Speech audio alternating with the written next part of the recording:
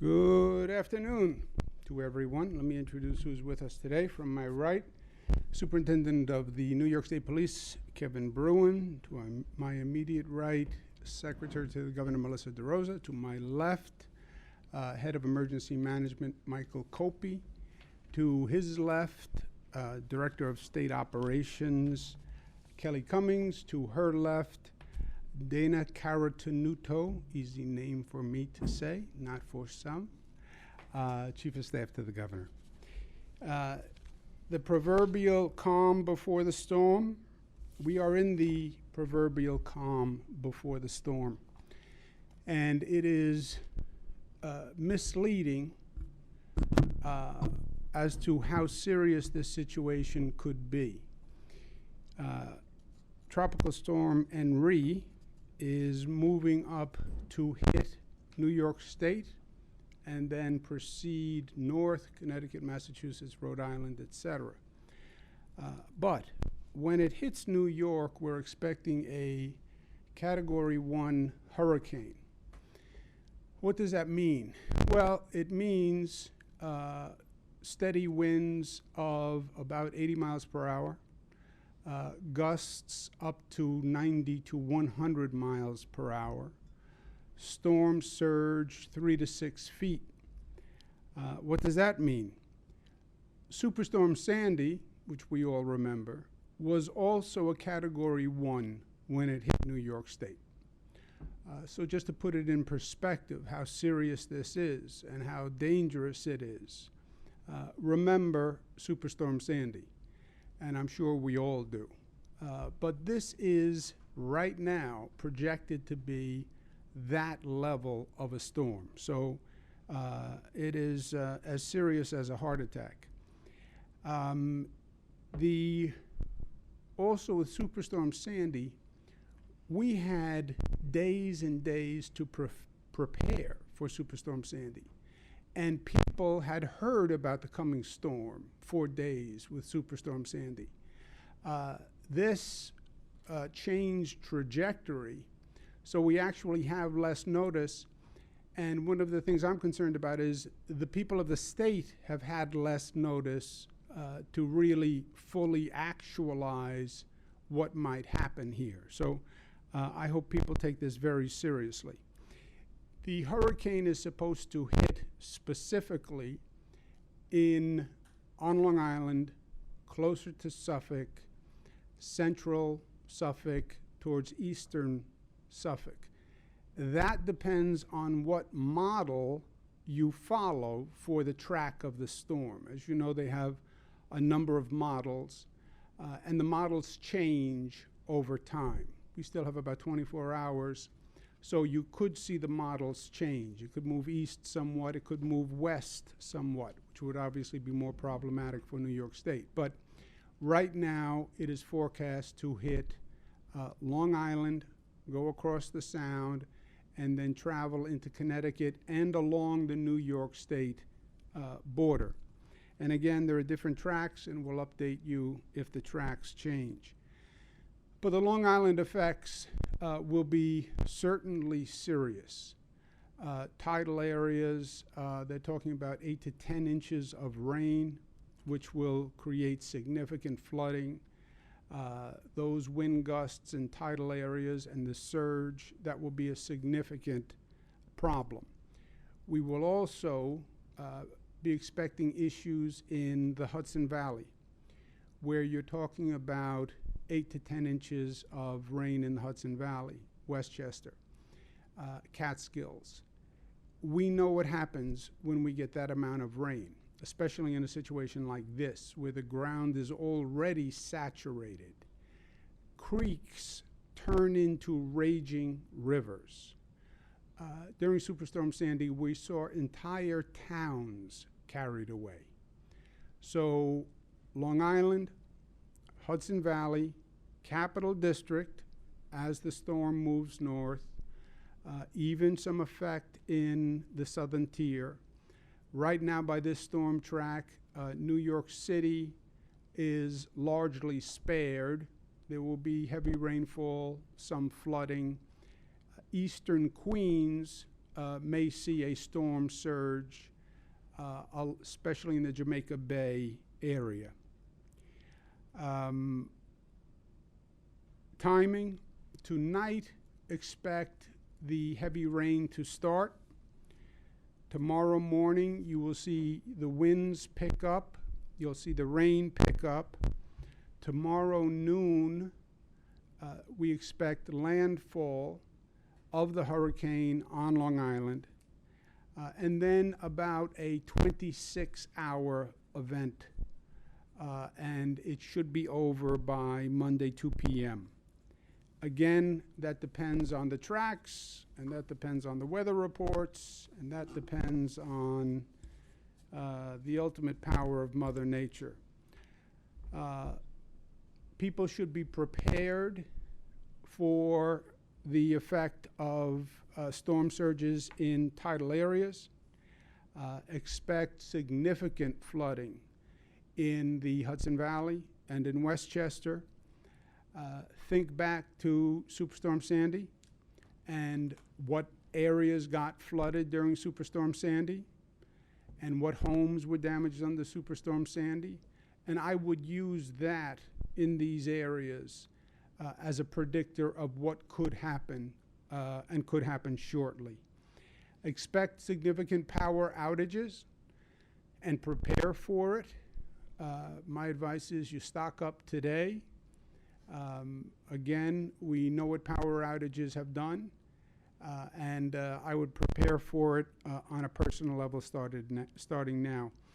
The state is doing everything we can to be ready with our emergency resources. We're pre-positioning heavy equipment all throughout Long Island, all throughout the Hudson Valley and the Capital District region. We're preparing water rescue teams for Long Island and swift water rescue teams for the Hudson Valley and in Westchester. I am deploying, as of today, 500 National Guard we are calling out with the necessary equipment that the National Guard brings with them, high water vehicles, etc. The state police will have approximately 1,000 personnel who will be on duty in the affected areas. Port Authority expects flights to be canceled. Obviously, I would check with your airline before you go to the airport tomorrow into Monday, maybe Tuesday. The MTA is preparing for the storm. They have their emergency equipment out, their flooding team out, their pumpers out, etc. They're going to cancel service in Long Island starting midnight tonight. They're planning to cancel service east of Ronkonkoma and east of Patchogue, and that would be at about midnight. They're also thinking of canceling the Harlem line service and the New Haven line service. That again would be about midnight tonight, but you should check with the MTA on the website, obviously, before you proceed to any of those trains. We're working with the power companies. I have told them clearly and convincingly, in my opinion, that this is what we pay the power companies to do, to be ready for storms. We've seen this movie before. We don't pay power companies to be ready to prepare power for sunny days. We pay them to prepare power when it's hard and to recover quickly after a storm. They have all been communicated with. They are calling in all additional personnel. They're calling in all additional private contractors. And we have made it abundantly clear to them that we do expect significant damage and we want them to have the resources in place to deal with that damage quickly and professionally. I'm going to declare a state emergency declaration for Long Island, New York City, Westchester, Hudson Valley, and the Capital District region. Again, the Capital District region, as the storm hits Long Island and moves north right along the state line is the current track. And that's why you'll see it go right up north on the northern side on the eastern boundary. And that's Westchester, Hudson Valley, Capital District. And again, we're hoping that it misses New York City proper, but we're also keeping our eye on that. I spoke with the White House. The president is willing to sign what is called a pre-landfall emergency disaster declaration. To qualify for federal funding, there has to be a federally declared disaster, and you can actually request that a disaster be called pre-landfall.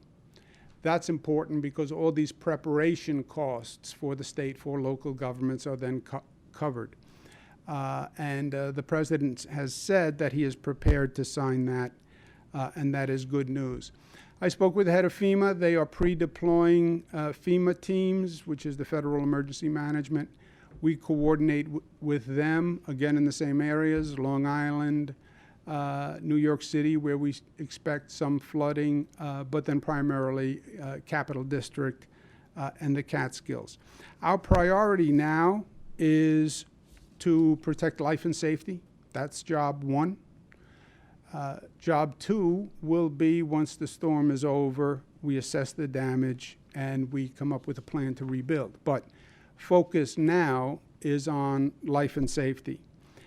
We have probably the most experienced emergency management team this state has ever had in place. Mother Nature has created more emergencies for us than at any time in the state's history. My father was governor before me, as you know, for 12 years. A snowstorm was a natural emergency. Do we close the thruway or not was always the big question. This is a totally different environmental situation. Hurricanes, floods, they didn't happen in New York, but they do now. And we've gone through it a few times, and I feel confident saying to New Yorkers that they could not be in better hands in terms of an experienced team. Now, that doesn't mean that Mother Nature doesn't win. She wins. She wins. She won at Superstorm Sandy. She wins every time. But we will be doing everything that we can do to be prepared. We have briefed all the local governments. We briefed the Assembly. We briefed the Senate. We briefed the Lieutenant Governor on the situation. We briefed the White House. We're briefing federal officials. We're speaking with county executives.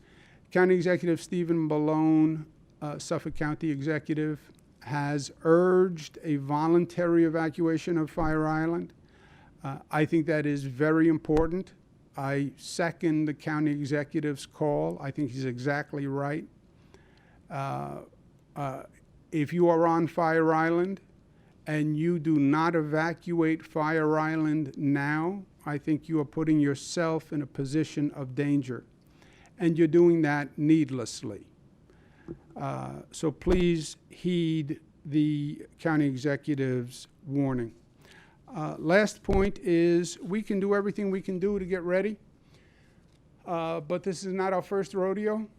And at the end of the day, it is up to the people of the state to make the right decision. If you know you are in an area that tends to flood, if you know you are in a tidal area that tends to flood, if you know you are in an area that is subject to tidal surges, get out of that area now, please, and get to another and better place of safety. The main situation we have in these emergencies are trying to rescue people who stayed in place. And then they create a dangerous situation for everyone. I've been on the swiftwater rescue teams. I've been in the boats in the middle of storms, trying to get to people as their homes are getting washed away, trying to take children out of windows before the house gets washed away. if you don't take the right actions, not only do you put your life in danger, you then put the life in danger of the emergency workers who have to come to help you. And that is an unnecessary risk. I understand we didn't have the buildup that we had with Superstorm Sandy. And I understand that this is my first briefing on this. Superstorm Sandy, we did a number of briefings, and people were acclimated. Don't be deceived by that. It's because the trajectory of the storm changed. And we have short notice. We're talking about tomorrow. So if you have to move, if you have to stock up, if you have to get to higher ground, it has to be today, please. Now, I know New Yorkers, and I know New Yorkers are tough. And I know their first instinct is, we don't have to go anywhere. We're going to batten down the hatches and we're going to be fine. I understand that instinct. And I understand the questioning of the weather reports. I got into a lot of trouble once with all the weather forecasters across the nation when I suggested that a weather forecast turned out to be incorrect. I understand that also. But we're talking about tomorrow, and we're talking about the day after tomorrow. So this is not a long-term projection. Normally, when you get this close to the event, the forecasts tend to be accurate. The track can move plus or minus, but the basic track doesn't change. So please, take this seriously. Yes, New York tough. We'll stay in place. We'll beat the storm. New York tough also means New York smart. And New York smart today means get out of harm's way, please.